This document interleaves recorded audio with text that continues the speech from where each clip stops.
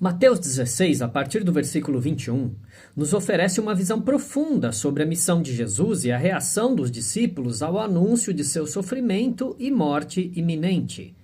Esta passagem não apenas revela a essência do plano redentor de Deus, mas também nos desafia a aceitar a soberania divina e a submeter-nos à vontade de Deus, mesmo quando não compreendemos plenamente esta vontade. O texto começa com Jesus falando e revelando aos seus discípulos que ele deve ir a Jerusalém, sofrer muitas coisas nas mãos dos anciãos, dos principais sacerdotes e dos escribas, ser morto e ao terceiro dia ressuscitar. Este foi um momento crucial no ministério de Jesus, pois ele estava preparando seus discípulos para o sofrimento que estava por vir e para o propósito maior que isso serviria. Pedro, reagindo com uma mistura de amor e incompreensão, toma Jesus à parte e começa a repreendê-lo dizendo: Deus não permita, Senhor, isso de modo algum te acontecerá. Está lá no versículo 22 do capítulo 16. A resposta de Pedro, embora bem intencionada, revela uma falta de compreensão sobre a necessidade do sofrimento de Cristo. Ele estava preso a uma visão humana e limitada, incapaz de ver o quadro completo do plano redentor de Deus.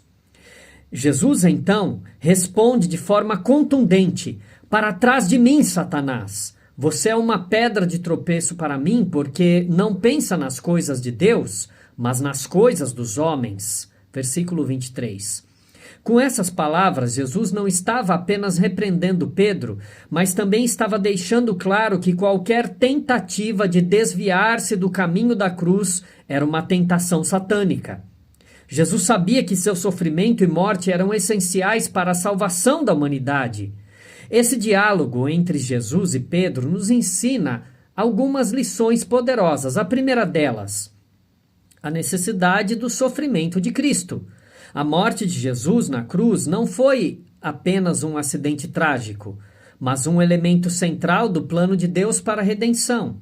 Sem a cruz, não haveria perdão dos pecados nem reconciliação com Deus. Precisamos entender e aceitar que o sofrimento de Cristo foi necessário para a nossa salvação. A segunda lição é a submissão à vontade de Deus. Muitas vezes, como Pedro, podemos lutar contra a vontade de Deus quando ela não se alinha com nossas expectativas ou desejos.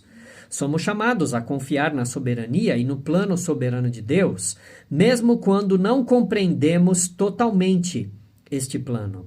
A terceira lição é discernimento espiritual.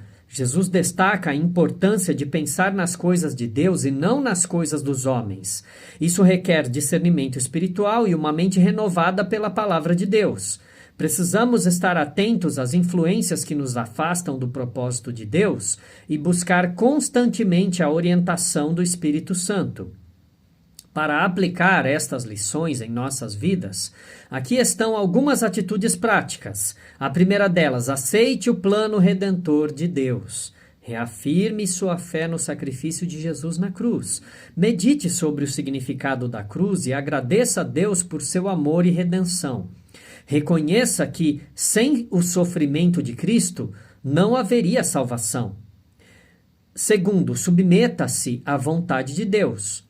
Em momentos de dificuldade ou incompreensão, entregue seus caminhos ao Senhor. Ore pedindo força para aceitar a vontade de Deus e sabedoria para discernir seu propósito em sua vida. Terceiro, renove a sua mente. Invista tempo na leitura e meditação da Bíblia.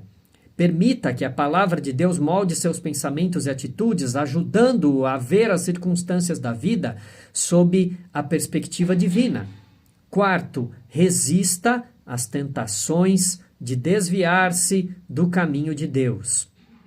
Que Deus te ajude a compreender a vontade dele e a buscá-la de forma completa. Um abraço do PH. Até mais. Tchau, tchau.